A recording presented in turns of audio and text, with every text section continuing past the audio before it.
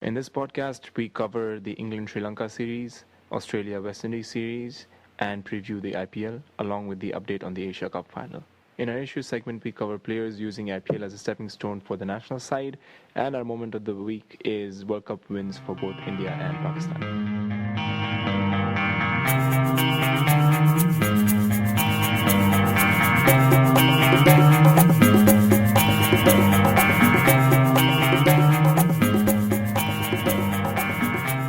Hello, folks. Welcome back to one more episode of the Cricket Hotspot podcast. This is your host Sarthak, along with my co-host Parth, here for episode number 19. And very interesting facts today that we have for you regarding number 19 is the number of appearances as a 12th man, or the water boy. In any case, Andy Bickle of Australia holds the record for appearing in maximum number of test matches as the 12th man, which is 19 test matches. Incidentally, he also played 19 test matches for Australia, so quite a coincidence there. Yeah, and I think if he had played in any other era than the one in which he played, he would have gotten a good spot because he was a proper cricketer, which any other era he would have played well. Very handy player. Very handy player. Bowls, bats, could do both. Yeah, 2003 World Cup was his moment to shine. That's right. Yes. All right, folks. So now let's jump right into our topics for today, beginning with the Asia Cup final. I think I'll be slightly more controversial on this issue, but I think Bangladesh deserved to win that final. They were a very, very good team. I think dark horses certainly in the whole tournament, and nearly beating Pakistan twice and beating Sri Lanka and India, two of world cricket's biggest teams. It was a great achievement, and I think it's a great moment for them. A point where they can say that now it's time to move ahead and not do the usual Bangladesh thing to recline backwards. Yes, it's been a long time coming, don't you think so? Because before the start of the tournament, Bangladesh had been around international cricket for a good 12 years. No one would have thought before the beginning of the tournament that Bangladesh would be the one facing Pakistan in the finals, right? And that is a big achievement for Bangladesh right now because no one expected them to do so well. Yes. And they came out and they surprised everyone, even themselves probably somewhere deep down. And I think more than just sticking to one heroes, they have found a good core players who are young, who are athletic, who have the confidence to face any team right now and do well. So I think it's a good place to start from, and I think it's time to build their ODI team as well as their test team, because I think if they don't get the respect of world cricket at the test stage, I don't think they will get any respect from the world in general. And I think it's only good news for world cricket in general, because not only is Bangladesh coming up as a proper cricketing talent to deal with, we also have a lot of upcoming teams. Afghanistan, one of my favorite teams. Yes, Afghanistan qualified for the T20 World T20. Yes. They qualified for. There's Ireland, which is another qualifier for the World T20. Yes. Namibia surprisingly put up a very good show at the World qualifiers for the Yeah. T20. They actually beat Ireland, so it was a good competition, and it's good to see two best come forward. And our dear old Canada did make it to the playoffs, but they couldn't go any further. Yes. They had a pretty tough draw, but Yeah. in any case, Canada cricket I think has a good long time to go before they can compete with the likes of. Especially in the T20 form of things. I think that's the only one we can compete in. So we don't really have the means or the personnel necessary to compete in any other forms.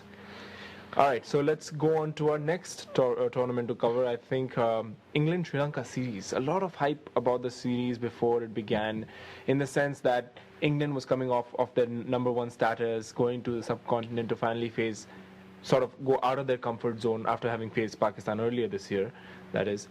And a lot of talk, how teams are only good in their home conditions and England out of there was like India out of subcontinent kind of thing. They go to Sri Lanka. Again, their frailty against spin bowling was exposed. Rangana Herath taking 12 wickets in the test match, 6 in the first and 6 in the second innings.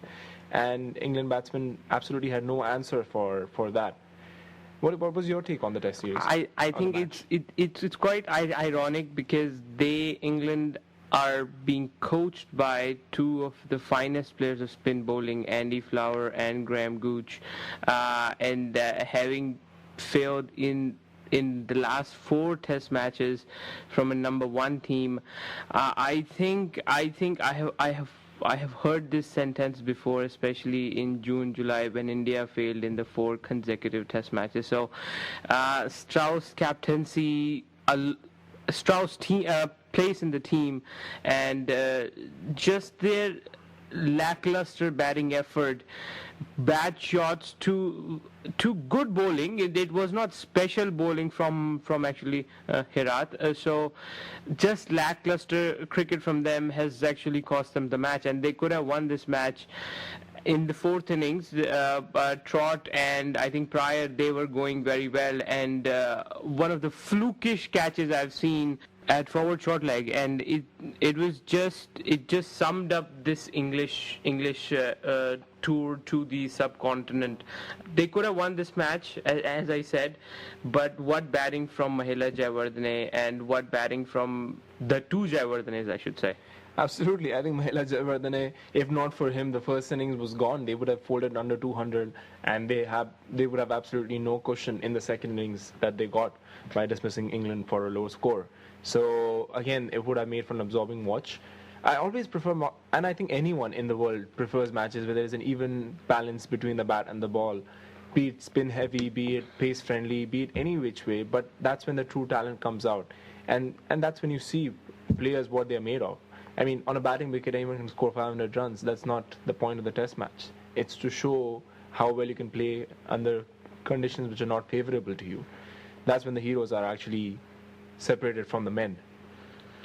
By the way, what did you think of Herat? How do you like him? How do you rate him as an international bowler? He's consistently performed for Sri Lanka over the last few series, I must say, since the last couple of years. And after Mendes kind of was figured out by all the teams, and Muralidharan had retired, Sri Lanka, that void was supposed to be filled. I don't still know if Herat is the answer, but as we've seen, he's performed consistently well. He's not very dangerous bowler in the fact that he bowls at the right channels. Exactly. Like he does not do anything fancy, but he makes the batsman do stupid things. He's a very patient bowler. Yeah, very patient bowler. And I think you need people like them who can strive, give you 30 overs every day, and bowl. Sort of like Glenn McGrath in the spin mold, if you want to go that far, that is. Yeah. Would you say Strauss's spot is in? Should he be worried? Lack of runs is definitely an issue at the top of the order, because if your openers give you a good start, the middle order has a lot less pressure to deal with, and they can go on to score and build on the foundation and score a big score. But if your opening partnership is not going beyond 30, then there is a big issue to deal with. That's what happened to India during the England tour and the Australia tour, and we saw the results. There was not one major big partnership up the order. So yes, that is an issue, but is his spot in danger? I don't think so. Strauss is one of the leading players over the last few years, and I mean, everyone has a bad patch. Like, at the end of it, your talent sees you through. And I think, and I think English management has done a good enough job to make sure that they are on the upswing, even though these have been small hurdles that they have to face. And they have what good thing they have done is that they have given faith to their players. Alistair Cook was in the slump of 2 years. Kevin Peterson has been in a slump. They have kept them, and these players start performing. So probably Strauss will stay. One issue in this Test match that I would like to raise is the technology in this series. Hotspot is not there. So, and especially with spinning wickets, there will be a lot of inside edges and inside or maybe just LBWs. With hotspot not being there, do you think are we just having fun with the technology and it's not being used in its proper way? Or it shouldn't be a joke. It should be a serious thing. If ICC has taken it, every instrument should be provided, and especially if India is not playing, it's the best time to prove technology's case either way. What's your take on that? I, as we've discussed before, I think I'm only in favor of using technology when the entire package is provided. I mean, there's no point using two of the available five technologies. But on the other hand, I do understand why they have done so, because a lot of the technology is not proved. It's not 100% foolproof. So, I But think further, hotspot is probably the closest of all the technologies there, and having it not there is a big problem. that is true, and I think again that has to do with the issues of costs and installing it, because renting those hotspot cameras is one of the major costs, apart from the television rights for the broadcasters. Because I think the discussion was who would foot the bill. Was it the broadcasters who were supposed to get the cameras in place, or the local board? But it's not about them. It's about ICC's rule. I mean, that's not you. That's not the way you test technology. If you see technology in the future of Test cricket or cricket in general, you apply it seriously, you apply it well, even if you have to foot the bill, because these are just trial runs right now, and I don't think a two-match series means anything to world cricket.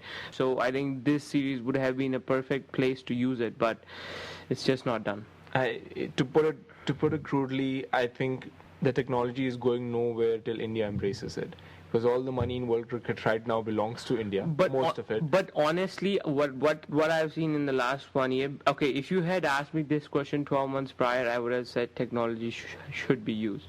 But all I've seen in the last 1 year is there is enough cracks in the technology to make a case that let's not use it. Absolutely. Until India does not embrace it, it's not going to move forward, because all the money in the world cricket belongs to India. Well, for good or for bad, it does belong to the Indian board. You say that BCCI is in the right or in the wrong for not using it?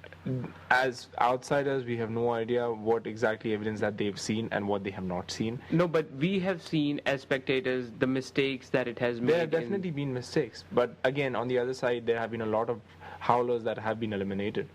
I mean, if I was a batsman and if I had an inside edge and I was given an LBW, I had every right to feel upset over the decision, because it was my right to stay at the crease. But on the other hand, there were a lot of thin edges which used to go undetected before, which are now given out. So those close calls have been negated by technology.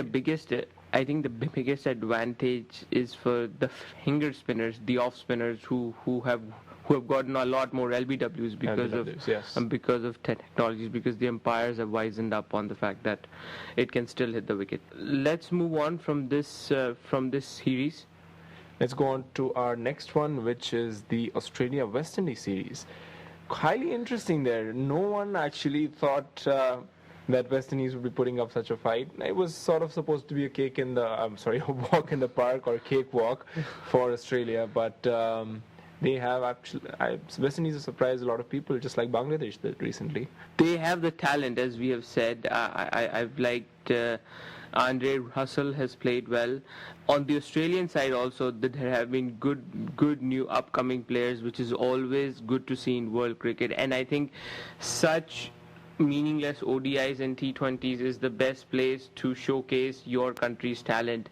And I like the fact that some of the senior players have taken a break from both the teams, forcibly or unforcibly. I'm talking to you, Chris Gale, but it's a good sign for West Indies cricket, and it's a good sign for just world cricket, because the more teams there are, the more competition there is, the better it is for us to watch. Absolutely, and I think the real test is yet to come when the Test series begins. But from what we've seen in ODIs and T20s, it's pretty heartening. West Indies came agonizingly close to winning an ODI series against Australia in 16 years. Yeah, that's how far back their last victory against Australia goes. And I think one of those tests was a tie. One of those ODIs was a tie match, and the other one, West Indies won by 2 runs, or Australia won by 2 runs. Australia won. Yeah, Australia won by 2 runs. So I think West Indies came very close to make it even like 4-1. So yes. So again, a very good performance by the captain. I think Darren Sammy is one man who's always under the radar, always under the spotlight, because if the team does not do well, it's the captain's fault. What I like about him is a utility player, and he leads from the front. He's not He's not. He does not shy away from responsibility. I don't think he's a utility player because this was the first series in which he's made a useless contribution with the bat. Otherwise, Useful, you mean? useful contribution with the bat.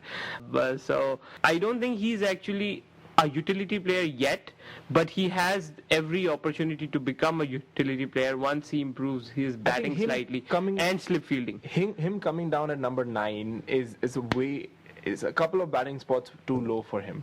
I think he's ideal number 6 or number 7.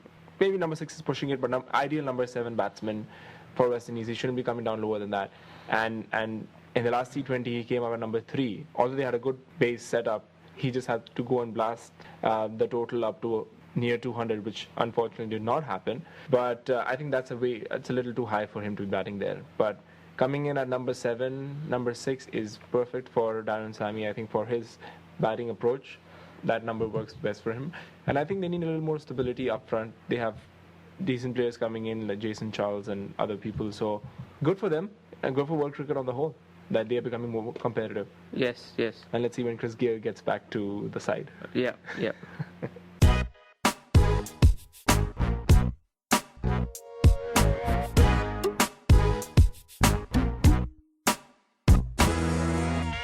Alright folks, so let's move on to our next series preview, which is the IPL.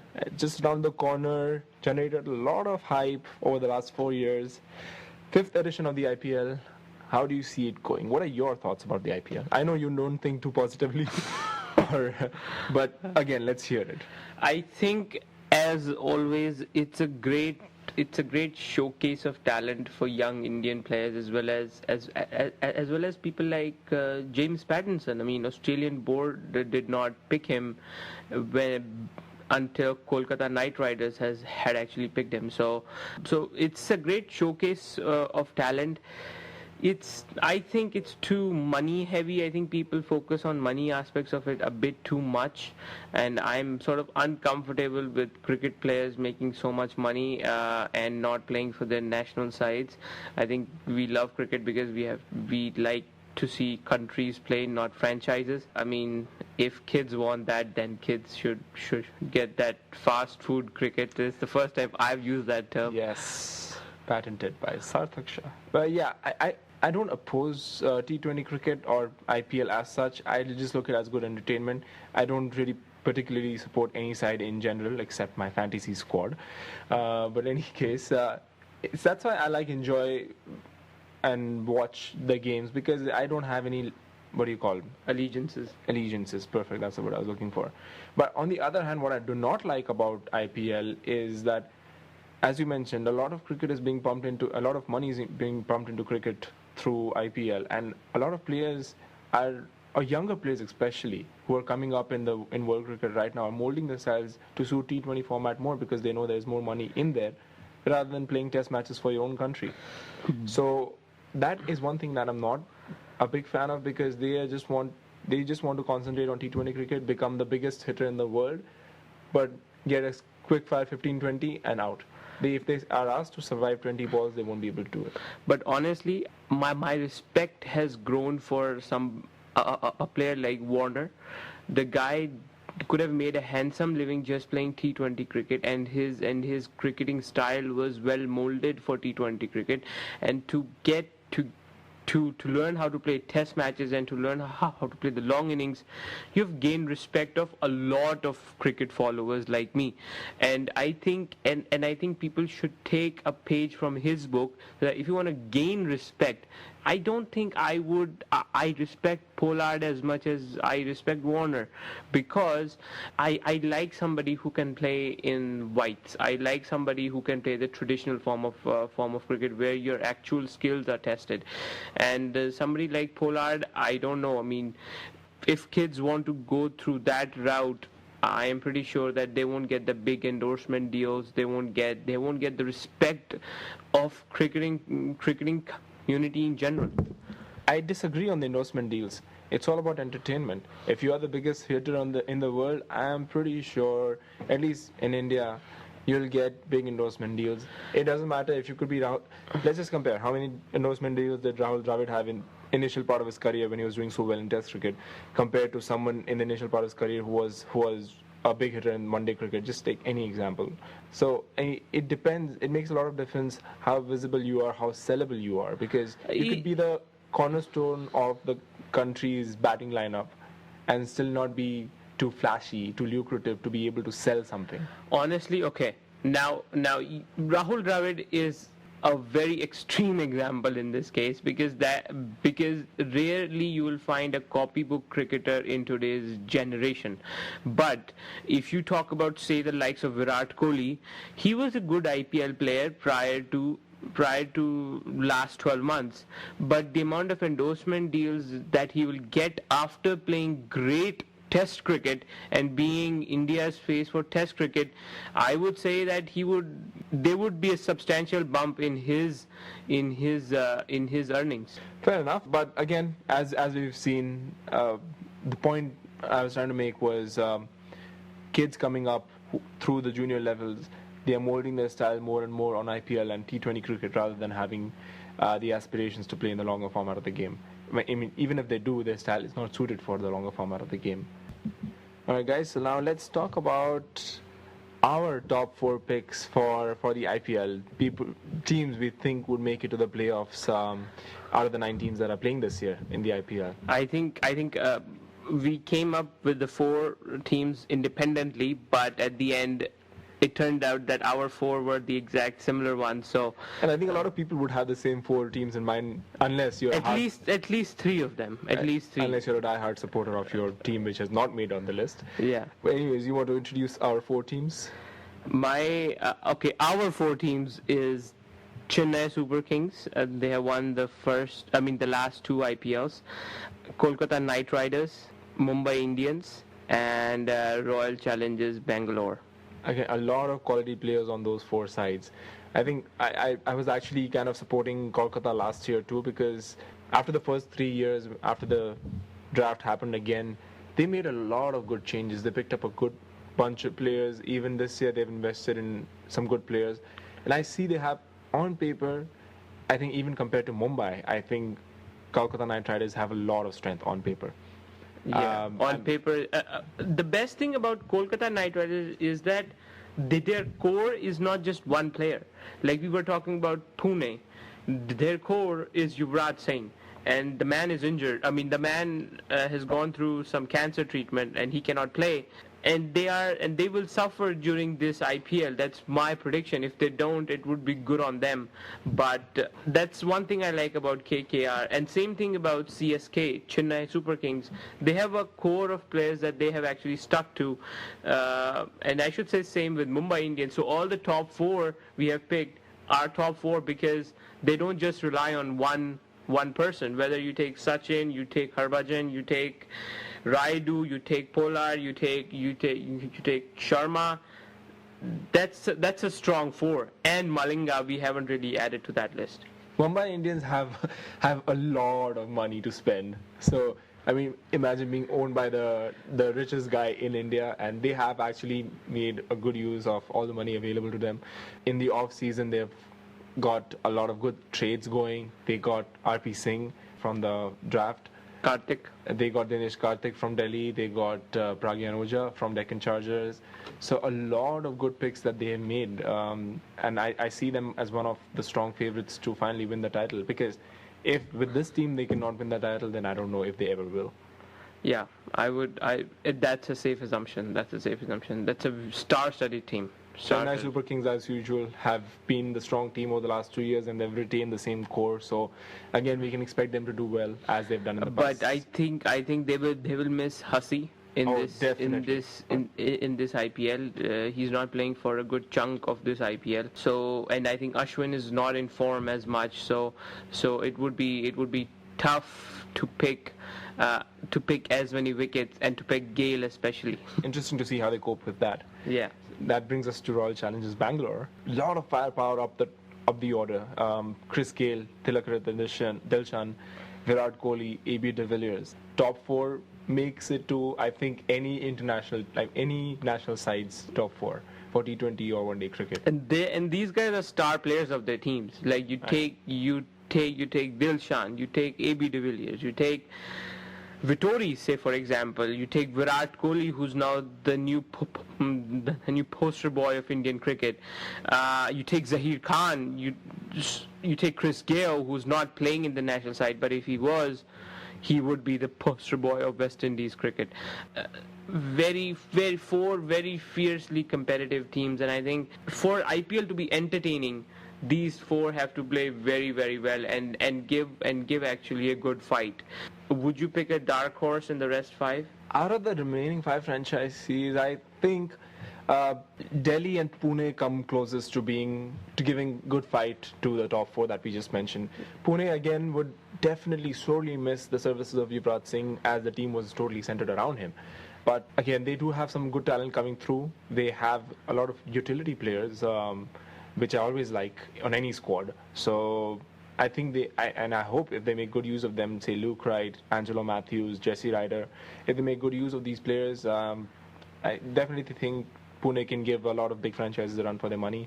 Also, Delhi made a lot of good picks over in the draft this year. I think after Mumbai Indians, it was Daredevils who became who actually chose well. Yeah, Mahela Jayawardene, Kevin Peterson, Bracewell, Doug Bracewell, Andrew Russell, Ross Taylor.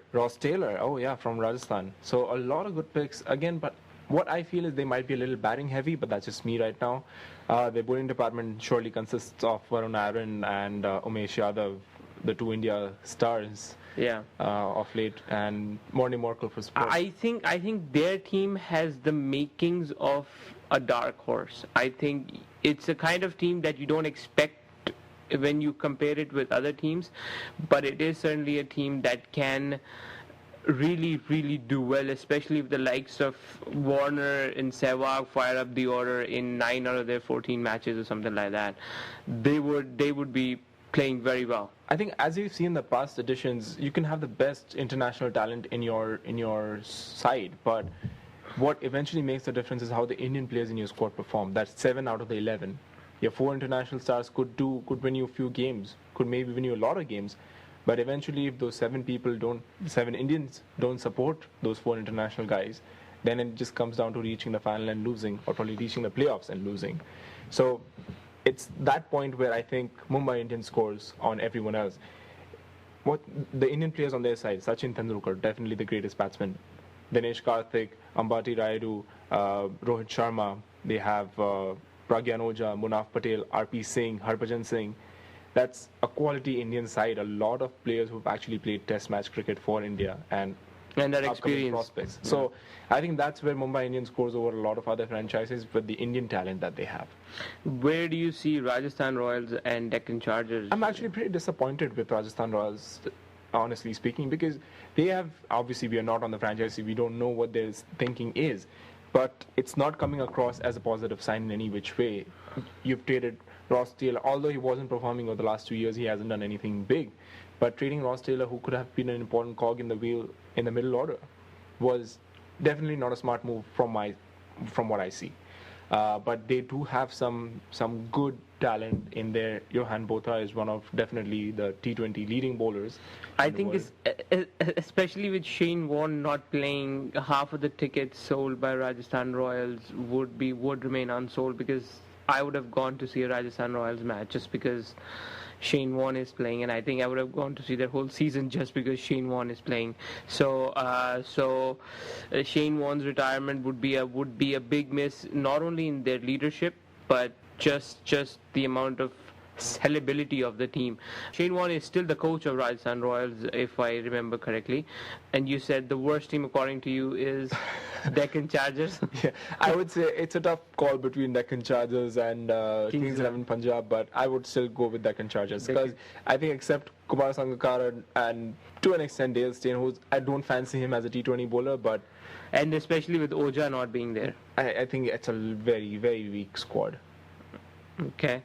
Kings 11, in my book, probably will be worse than Deccan Chargers. I mean, I don't see where that team is going. I mean, some of the most some of the worst strategic mistakes that you could make. I mean, you don't have your face of the team is Adam Gilchrist, who has retired in 2007.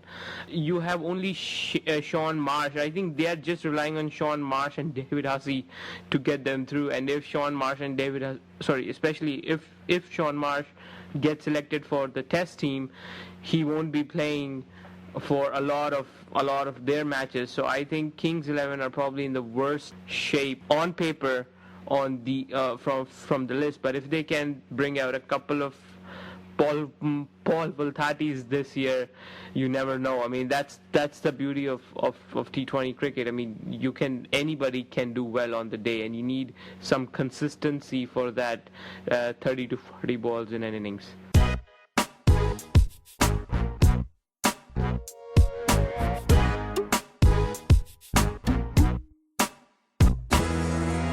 All right, folks. So let's focus on the issue of players picking IPL as a stepping stone to the national side.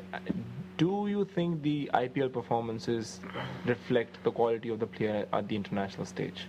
I think it depends on player to player how they translate that effort.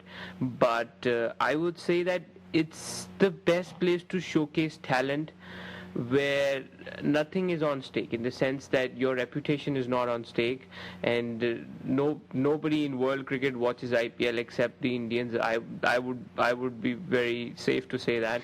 So if you want to, it's a good place for Indians to impress Indians, and like the case of Rahul Sharma last year. I mean, the guy comes off that probably is one of the greatest cricket stories that we have heard, and the guy comes off and does tremendously well for actually Pune Warriors and takes loads of wickets. Players like that, I think those are the players that get most out of the IPL.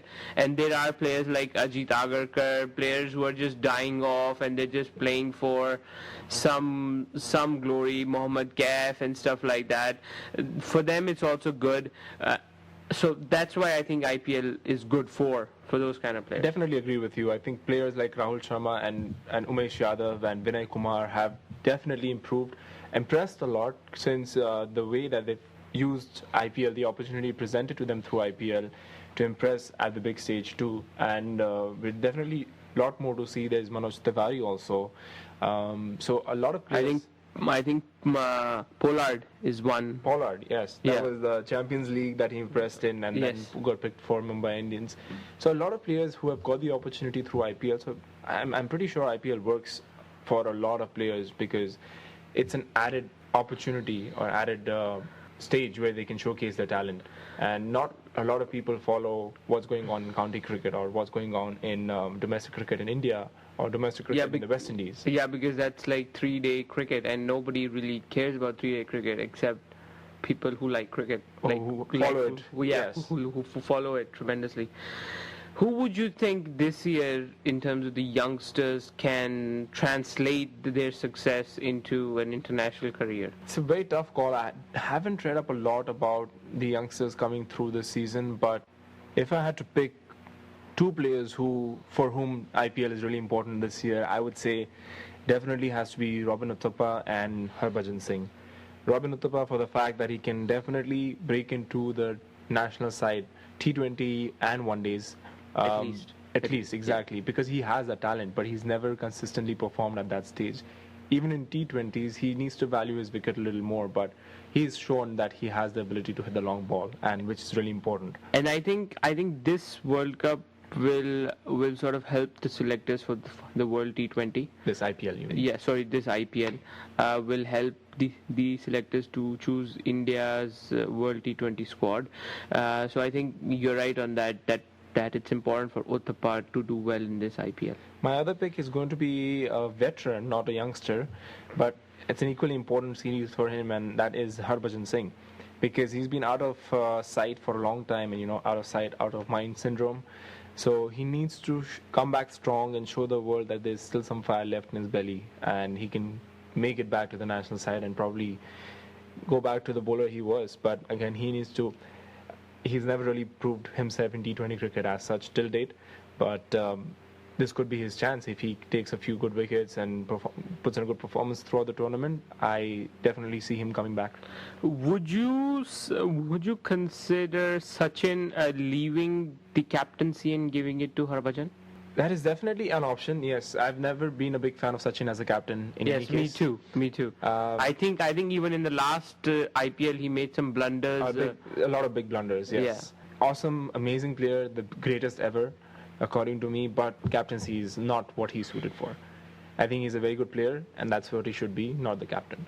So yes, Harbhajan Singh would be an ideal choice for the captain. And he won them the Champions League, and by making some of the most crucial decisions at the Maybe most even crucial try time. Rohit Sharma if that's the case. But Harbhajan is definitely more proven than Rohit Sharma. Yeah. So yeah, that would definitely not be a bad option. What's your pick? I think my pick. I think last year's upcoming player, Iqbal Abdullah. I would pick him. I think it's. India has some left arm spinners, but I think we need somebody who's young, who's still, who's actually hungry. And I saw that hunger in Iqbal Abdullah. He's more of that Herat mold, as we talked about. Not particular a big turner of the ball, but certainly make sure that he does the job well. At least for again T20 World Cup and the ODI team. He should be knocking the doors by now, and I think this IPL will actually help him do that if he does well, obviously. And the other person, this person has a spot in actually India's ODI and T20 team. But if Yuvraj comes back, this person will give him a tough fight if he performs well in the IPL. That is Ravindra Jadeja. He has done not very well. He's done a good job for India in the recent past, but he still hasn't had that stabilizing effect in the lower middle order, especially with Yusuf Pathan being chosen in the recent ODIs for his spot. So his spot is still open, and I think he would really want to solidify that spot. And obviously, every IPL we see some youngster come up, and we hope to have that this year as well. Last year's was Paul Valthati and Rahul Sharma, as we talked about. So hopefully, if some new talent comes up, it would be a great surprise, and I think IPL would do its job. All right, so that's it on the IPL.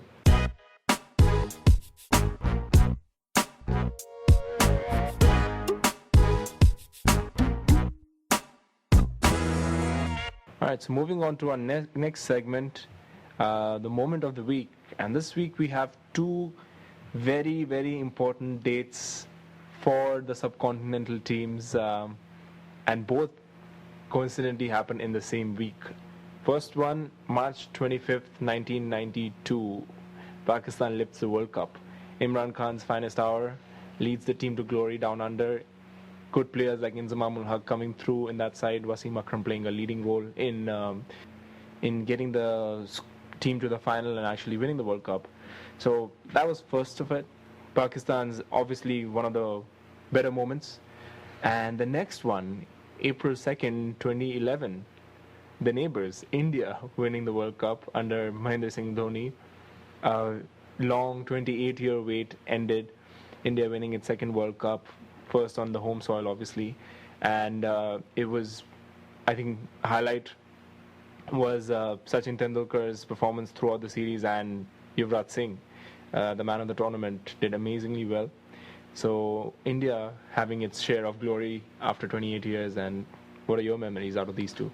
I think I was too small for the '92 World Cup, just 3 years old. But I think it's great to see a great player go on a high, and a leader at that go on a high.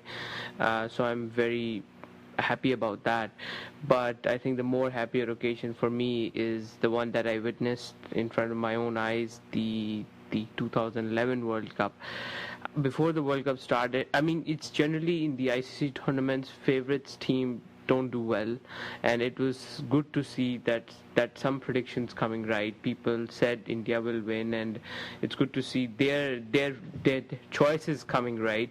I like the fact that it probably was the best Indian team that India could field. There was no major injuries. Everybody played well, and I think MS Dhoni, who deserved to win the cup. I don't think Rahul Dravid as a captain is astute enough a captain to win a World Cup. Ganguly, you can make a case for him, but I think MS Dhoni out of these three deserved it more in terms of the kind of team he has brought up. So it's good to see him getting the trophy, and certainly very pleasurable moments. I think we both saw the match together in a big auditorium in our university. Remember that? Yes. So and we danced after that, and it was certainly a great moment. Celebrations went on for a few days. Yes. Yes. All right, that brings us to the end of this episode, number 19 of the Cricket Hotspot podcast, and I hope you guys enjoyed what we had to bring. We had the current series in England, Sri Lanka, West Indies, Australia to cover, and the upcoming series IPL, which we covered. And then there was the issues and the moment of the week. I hope you guys had fun listening to us, and do give us your feedback. Any comments, questions, inquiries, anything is welcomed. So please let us know, and Hope to hear from you guys. You know our Facebook page, www.facebook.com/The Cricket Hotspot, and our website is www.thecrickethotspot.com. So just leave any feedback, and we will try and address the issues in our next podcast. Thank you for listening. Have a good week, and hope to see you next week. have a good week, guys. See you till then.